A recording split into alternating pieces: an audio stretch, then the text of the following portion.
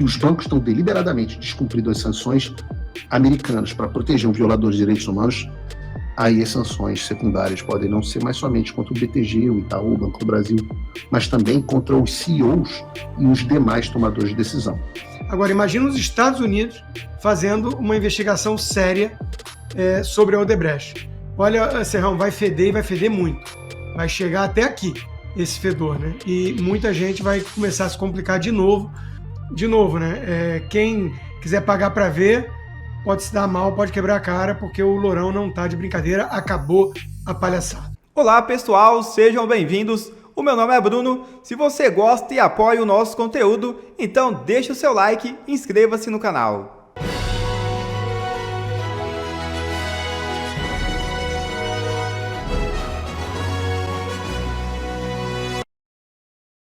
Trump revira caso Odebrecht nos Estados Unidos e pode ter inacreditável surpresa. É isso mesmo. O Departamento de Justiça dos Estados Unidos, sob a administração de Donald Trump, iniciou uma revisão do acordo de leniência firmado com a Odebrecht relacionado às investigações da Lava Jato. A ação foi formalizada nesta quinta-feira por meio de uma carta enviada por Edward Martins, procurador assistente do Departamento de Justiça dos Estados Unidos, a Andrew Weissmann, seu antecessor no cargo. No documento, Martins solicita explicações sobre os procedimentos adotados durante as negociações do acordo estabelecido em 2016. O procurador estabeleceu o prazo de 7 de outubro para receber os esclarecimentos após Weissmann ter ignorado uma comunicação anterior enviada em março. Martin, que conduz investigações sobre possíveis abusos de poder durante governos democratas, questiona aspectos específicos da estruturação do acordo de leniência com a construtora brasileira. Um dos pontos críticos apontados refere-se à consolidação de informações por país, sem detalhamento dos contratos com sobrepreços, o que dificulta a compensação às vítimas.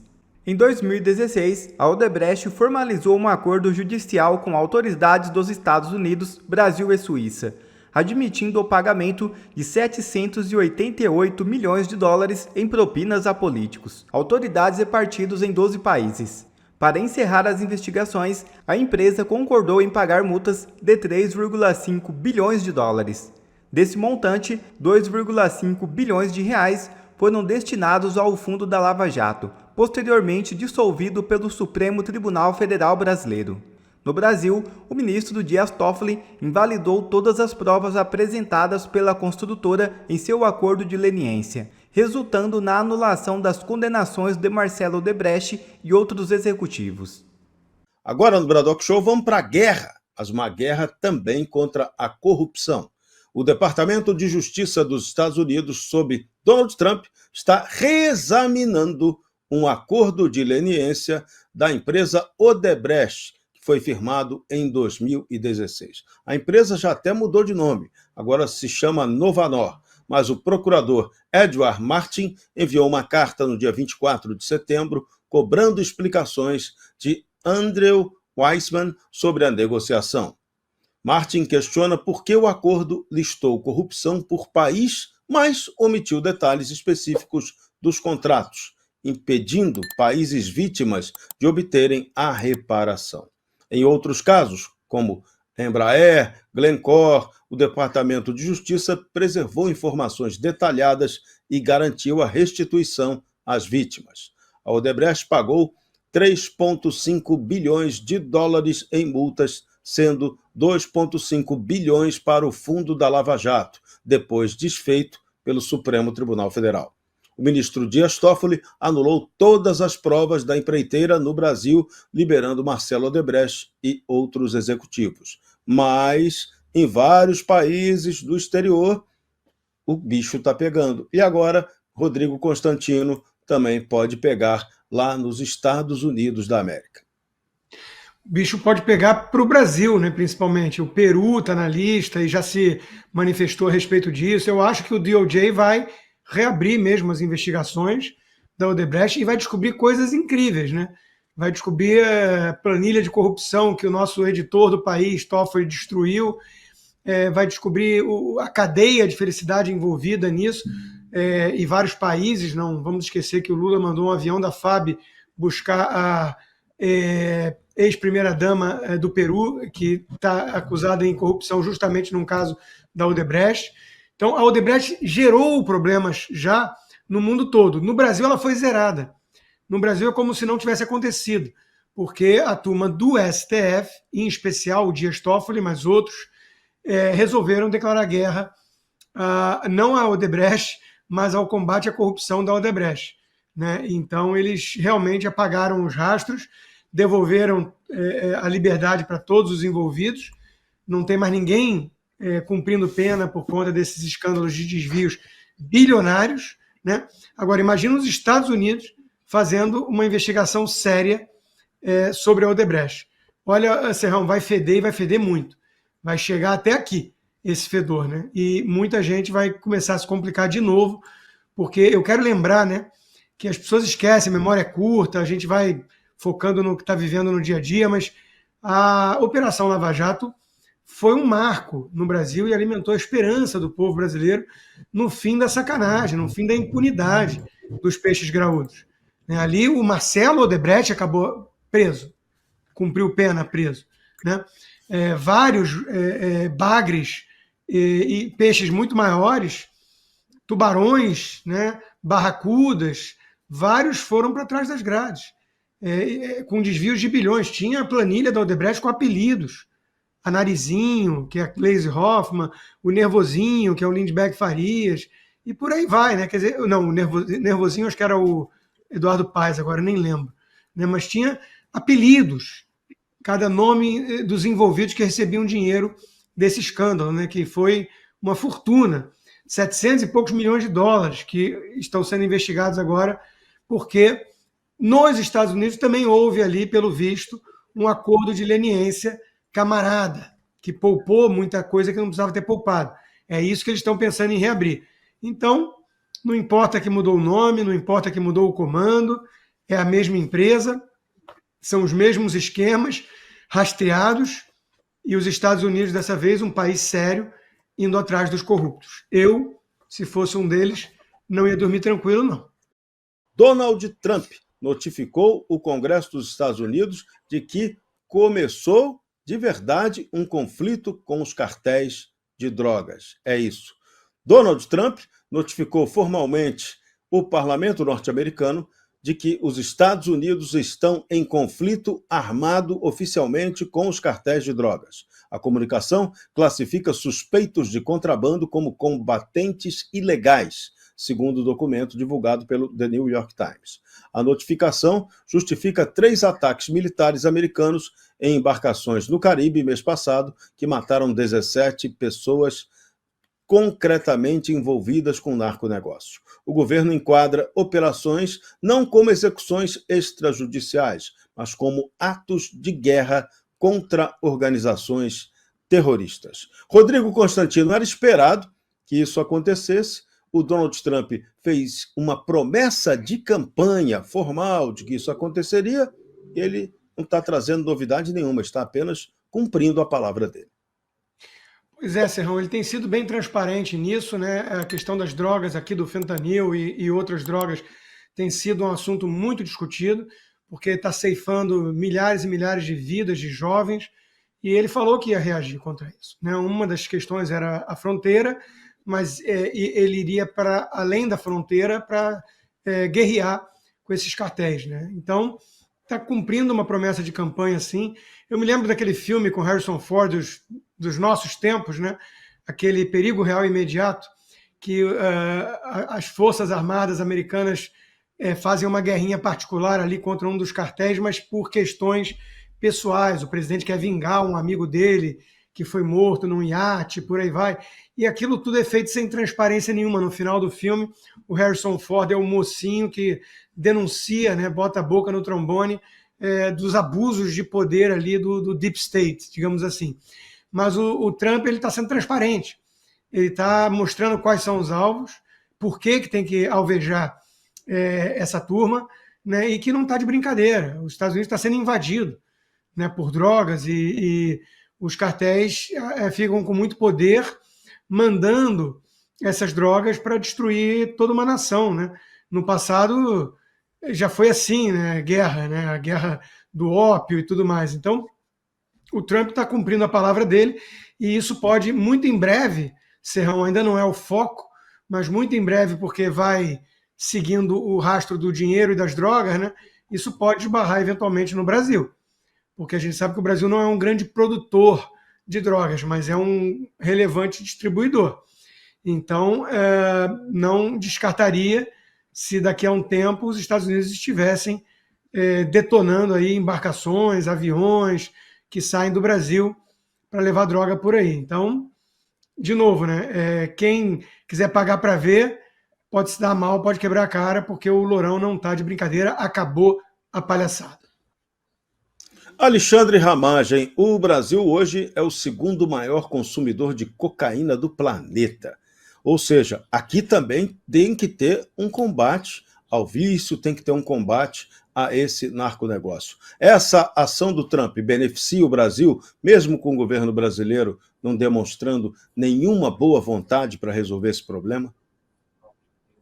Serrão, beneficia, lógico, muito o Brasil. Não beneficia esse governo, né, que só age com agendas, com benevolência com criminosos, com liberação de drogas, né? O Brasil é tido como um país de passagem, com vasta extensão territorial, temos uma agricultura que serve ao país e ao mundo, mas ele ainda é um país de passagem de drogas e muito fica aqui em nossas cidades, estragando, detonando famílias e a sociedade. Como o Constantino colocou, de um filme, né, do Harrison Ford, eu coloco o filme Traffic, do Michael Douglas, com Benício Del Toro também. O Michael Douglas é um alto autoridade do governo americano que enfrenta o combate às drogas, e a filha cai para a heroína, e o Benício Del Toro é justamente um policial ali do México, enfrentando e convivendo ali com os cartéis. Chegou a hora mesmo de enfrentar o problema de forma devida. O governo Trump está correto em colocar como uma questão de Estado, como uma questão de guerra. Infelizmente, todas as políticas de combate interno e de fronteiras não dão certo. São verdadeiras organizações criminosas de alta periculosidade, de grande armamento, de logística enorme, com muito financiamento, muitos recursos terroristas mesmo, que eles estão enfrentando e temos que enfrentar no mundo inteiro. Quando a gente vê o México nessa situação, a Venezuela é um narco-estado, o colombiano Petros, né, ao lado do Lula, defendendo a legalização das drogas no mundo, a gente sabe que o americano está se preparando para guerras, realmente, guerras que estão levando o americano a isso. Do contrário, o mundo entra no caos. Não apenas na questão da Ucrânia, a questão Hamas, Irã, chegando em China, mas a questão da América do Sul. É o celeiro, sim, é o berço aqui também da civilização ocidental nova, junto com os americanos, que eles não podem perder na geopolítica. Nós somos todos muito importantes. Então, eles estão vindo para dar um jeito e nós torcemos para isso. México, Venezuela, Colômbia, Peru e Brasil. Antes de entrar no conteúdo principal desse vídeo, eu preciso contextualizar algo.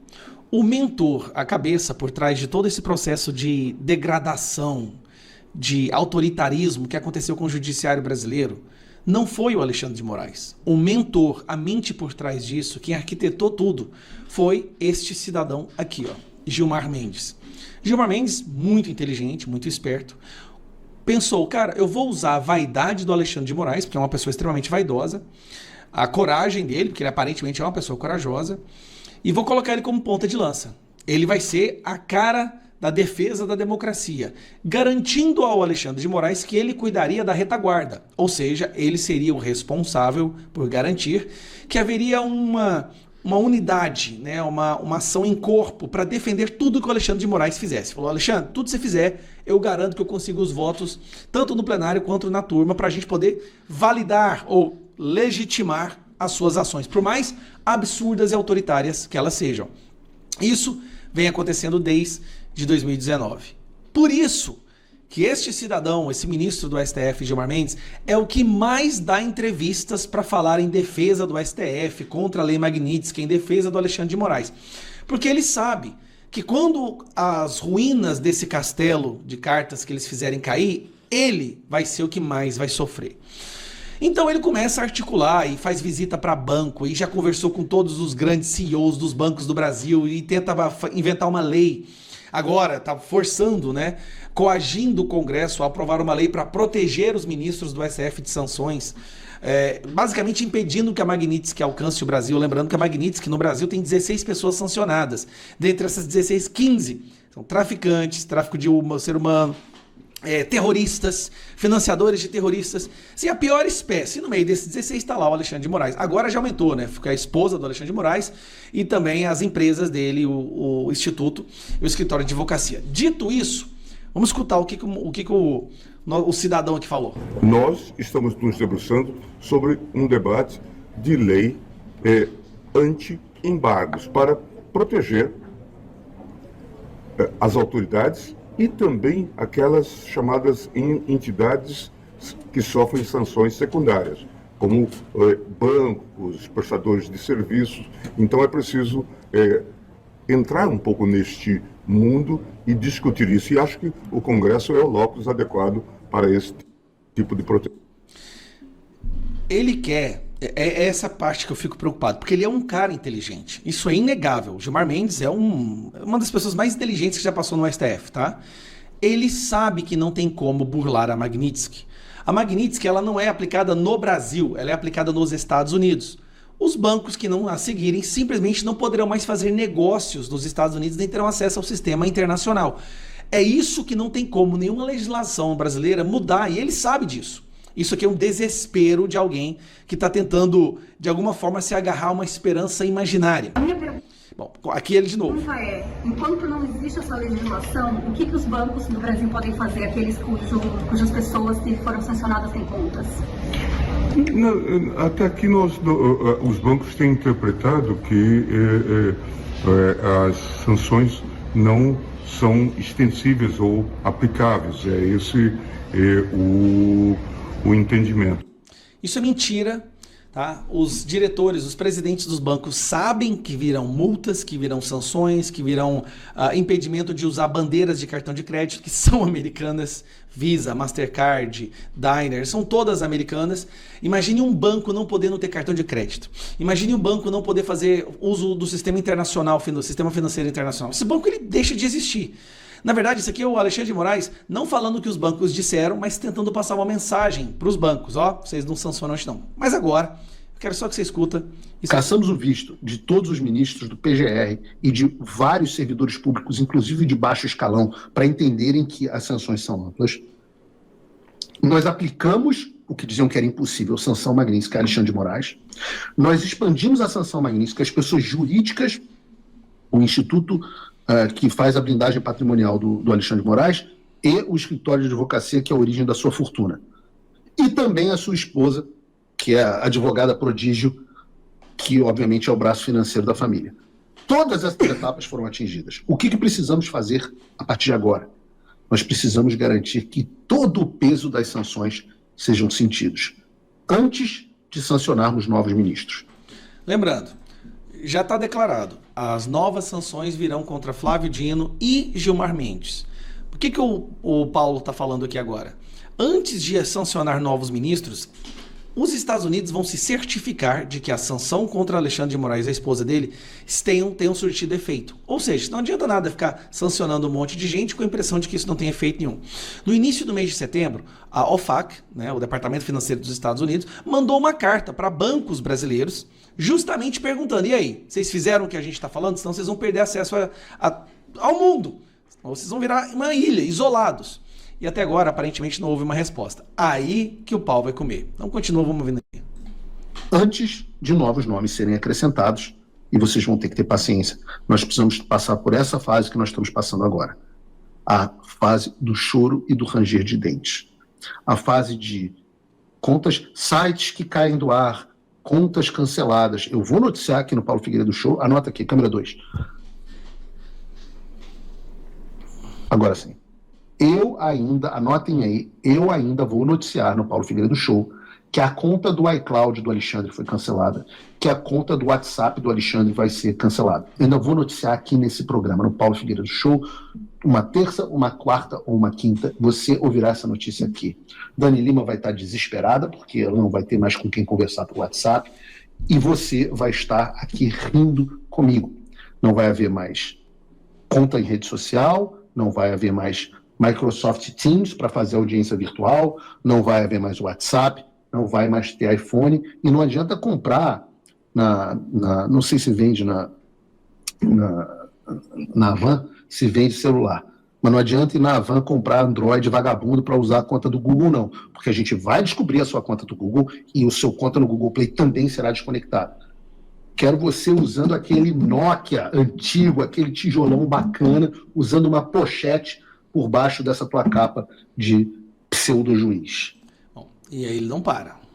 Então veja, Gilmar, não somente não tem essa história de que os Estados Unidos estão recuando, como também nós temos esse novo desenvolvimento relacionado aos bancos que estão achando que não tem ninguém vendo o que eles estão fazendo. O que o Rick McCormick pediu é simples. Já que os bancos brasileiros estão interpretando de forma alucinada a lei Magnitsky, eu peço ao Departamento do Tesouro que cite especificamente as obrigações que eles devem cumprir. Então, eu agradeço muito aqui ao ministro Gilmar Mendes, que nos deu essa confissão de bandeja, dizendo que os bancos não estão cumprindo, pelo menos em parte. E é verdade. Ao dar essa entrevista, Gilmar Mendes basicamente disse que os bancos não fizeram nada. A Magnitsky. Certamente, o Departamento de Tesouro dos Estados Unidos vai achar essa informação muito interessante. Agora, se eu fosse da Faria Lima, e eu tenho falado isso, eu estaria de olho. Não somente pelas multas bilionárias que nós já citamos como sendo possíveis e prováveis aos que descumprirem a Magnitsky, mas também porque, se ficar provado, e o Gilmar Mendes está fazendo isso por nós, obrigado, que os bancos estão deliberadamente descumprindo as sanções americanas para proteger um violador de direitos humanos, aí as sanções secundárias podem não ser mais somente contra o BTG, o Itaú, o Banco do Brasil, mas também contra os CEOs e os demais tomadores de decisão. A pergunta que fica, portanto, cara, é a seguinte... Peraí. Essa aí eu não tinha... Então, basicamente, se os bancos continuarem a não fazer nada, pelo que o Paulo falou, eles vão para cima dos presidentes dos bancos, dos CEOs desses bancos também, porque são eles que estão trabalhando para manter essa proteção. Isso é paulada, cara. Isso aí é paulada. Até onde a Faria Lima e os seus integrantes estão dispostos a ir para defender Alexandre, em breve Gilmar. Será que eles estão mesmo dispostos a enfrentar as sanções secundárias por causa deles? Veremos. O que eu sei é o seguinte: toda essa movimentação do Supremo para tentar escapar, meio que um pouco das sanções mostra que eles estão desesperados. Reparem que nós nunca mais tivemos efetivamente piadas sobre Magnitsky, que ninguém mais brinca dizendo, fazendo aposta para saber quem vai perder o visto primeiro, até porque todos eles perderam. E eu posso dizer que os tempos mudaram muito. Mudaram. Bom, para concluir, o que ficou claro aqui? Gilmar Mendes, ao dar uma entrevista falando que não teve alteração nenhuma na vida do Moraes e de ninguém, ele declaradamente fala, então, ele confessa que os bancos não fizeram nada. Os Estados Unidos agora vão pedir ações, se não tiver, então virão multas, pelo que eu entendi. E essas multas para bancos, gente, são bilionárias. Um banco francês recebeu a multa de dezenas de bilhões de dólares. E os CEOs e presidentes dos bancos também serão sancionados por serem interpretados como financiadores ou cooperadores, né, cúmplices de um sancionado por violar direitos humanos. A verdade, a sensação que a gente estava tendo era essa mesmo. Cara, esse trem deu nada, essa Magnitsky não deu nada. Vamos ver se essa impressão muda agora, né?